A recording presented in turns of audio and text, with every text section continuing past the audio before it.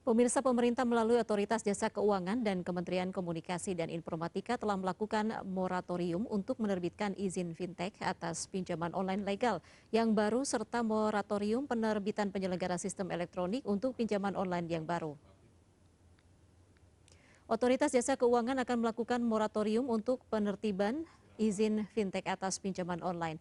OJK mencatat hingga saat ini sudah ada 3.515 pinjaman online ilegal yang diberantas. Bahkan 2 hari yang lalu pihak Polres Metro Jakarta Barat melakukan penggerebekan di salah satu kantor pinjol ilegal tersebut.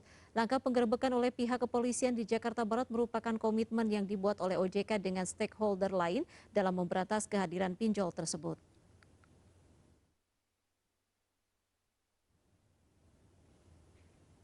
Sementara itu, pemerintah melalui Otoritas Jasa Keuangan dan Kementerian Komunikasi dan Informatika telah melakukan moratorium untuk penerbitan izin fintech atas pinjaman online ilegal yang baru serta moratorium penerbitan penyelenggara sistem elektronik untuk pinjaman online yang baru.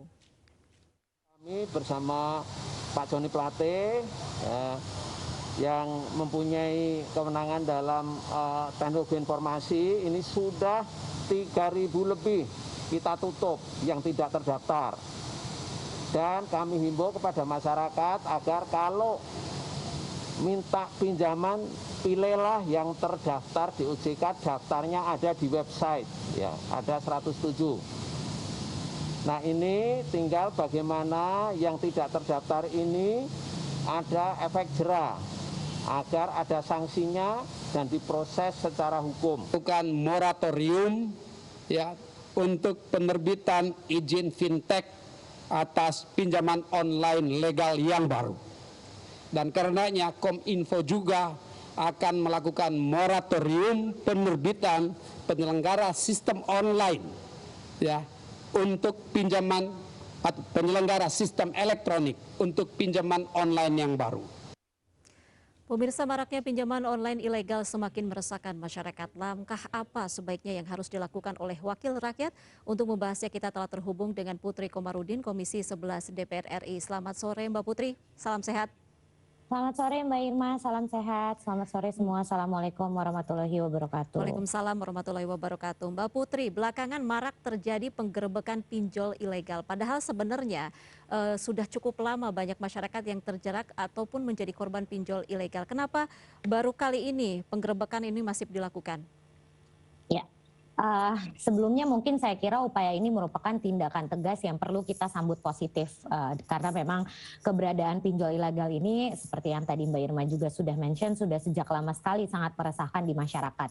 Bahkan di daerah pemilihan saya di daerah Kabupaten Bekasi, Karawang dan Purwakarta juga telah banyak sekali yang menjadi korban dan mereka juga mengadu kepada saya dan hal ini juga menjadi sorotan tersendiri dari Presiden Jokowi pada saat OJK Virtual Innovation Day 2021 di awal pekan lalu.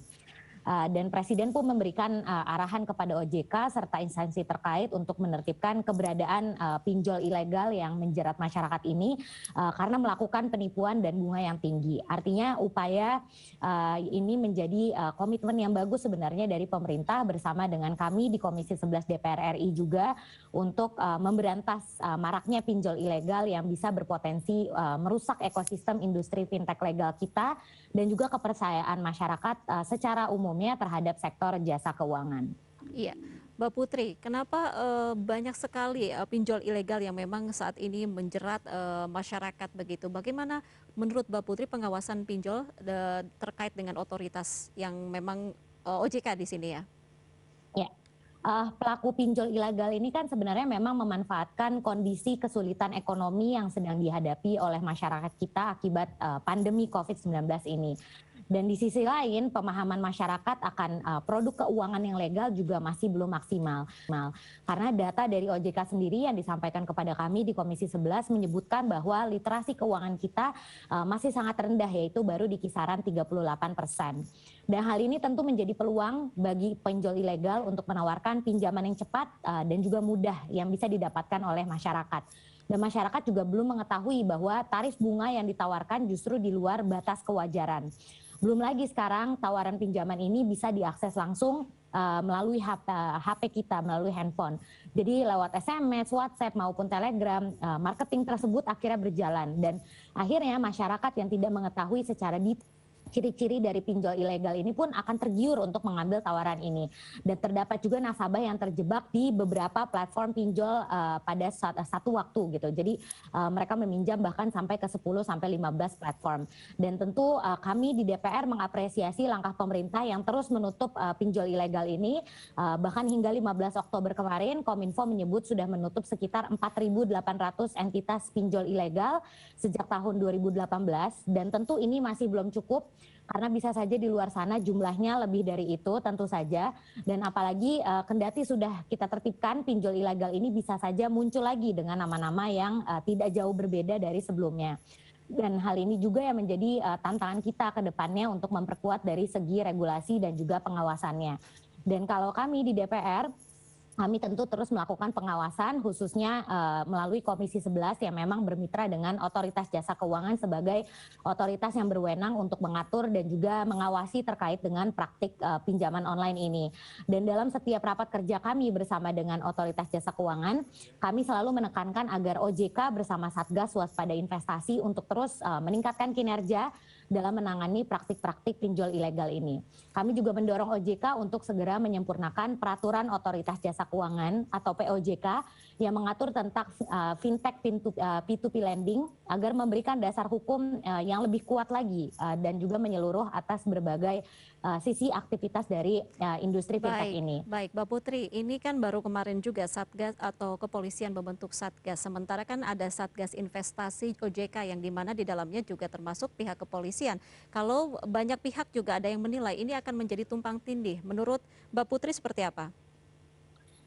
Sebenarnya seperti yang sudah saya sebutkan tadi ya, ini salah satu faktor penting yang perlu segera dibangun adalah bagaimana kita bisa memperkuat dasar hukum pengaturan produk dan jasa keuangan yang ditawarkan oleh fintech.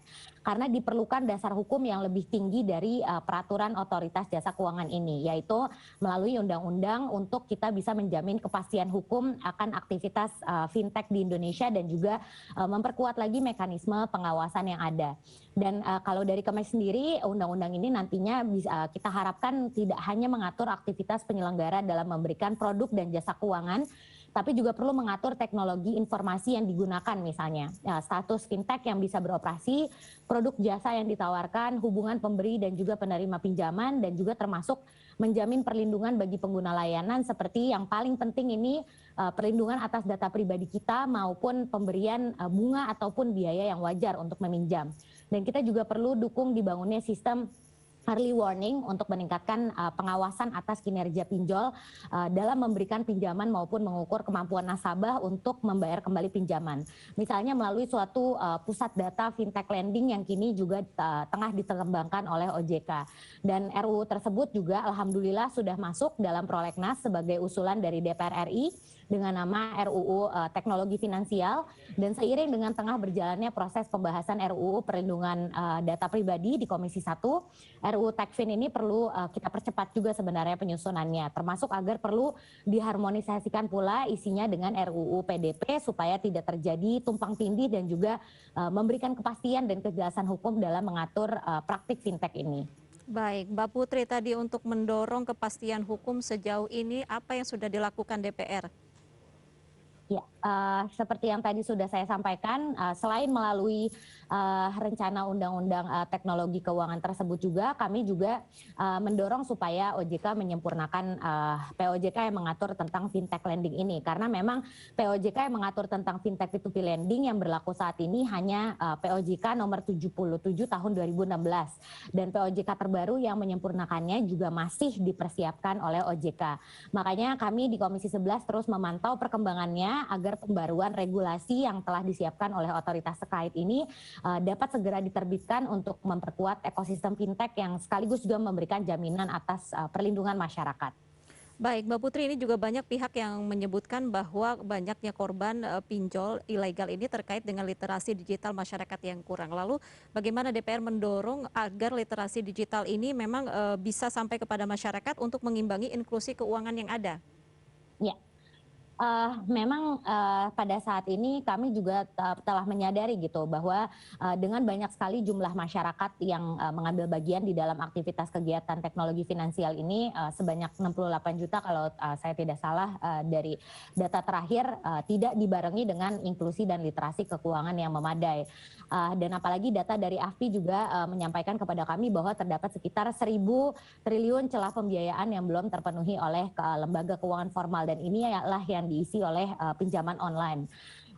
Dan hal-hal seperti ini tentunya harus kita dorong melalui literasi dan juga edukasi kepada masyarakat secara terus-menerus. Jadi kami dari DPR RI bekerja sama juga dengan Otoritas Jasa Keuangan melakukan sosialisasi dan edukasi secara berkala di daerah pemilihan kami masing-masing. Dan tentu juga melalui berbagai platform media sosial yang sudah ada sekarang dan bisa menyasar lebih banyak lagi halayak publik. Dan yang paling penting sebenarnya adalah bagaimana kita sebagai masyarakat juga bisa lebih bijak ketika kita melihat berbagai perkembangan di sektor jasa keuangan ini. Pelajari dahulu seperti apa platformnya, untung ruginya seperti apa, kewajiban kita sebagai nasabah seperti apa, dan lain-lainnya gitu. Baik, Mbak Putri, ini mengenai pinjol yang legal yang sudah ada. Perlukah sebenarnya ada pengawasan supaya pinjol legal ini juga tidak melenceng dari peraturan yang ada? Ya.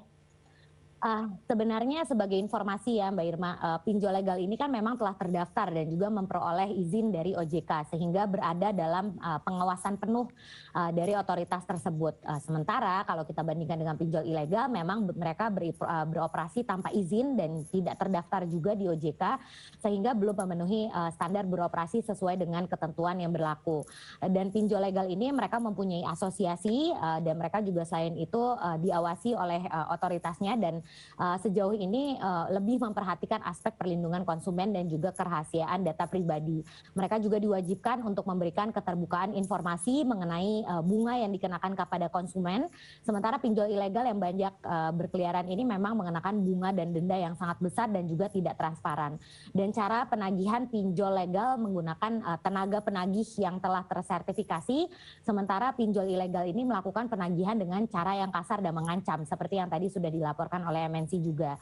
Dan pinjol ilegal juga banyak meminta akses data pribadi pengguna untuk disalahgunakan. Dan kami dari Komisi 11 waktu itu telah melakukan RDP atau hearing dengan Asosiasi Fintech Pembiayaan atau AFPI, dan di situ kami juga menyampaikan berbagai keresahan yang dilaporkan oleh masyarakat kepada kami. Dan mereka juga menanggapi secara terbuka dan positif dan meminta kami melaporkan nama dari pinjol legal yang merupakan anggota asosiasi mereka dan memang melakukan praktik-praktik yang tidak terpuji misalnya. Jadi bisa mereka tindak lanjut sebagai asosiasi juga. Baik, artinya diperlukan juga kehati-hatian daripada masyarakat untuk bisa membedakan mana pinjol legal dan juga ilegal supaya tadi tidak terjerat atau menjadi korban dari pinjol ilegal yang memang meresahkan. Terima kasih Putri Komarudin, anggota Komisi 11 DPR RI sudah bergabung bersama kami. Selamat sore, salam sehat. Terima kasih Mbak Irma, selamat sore, salam.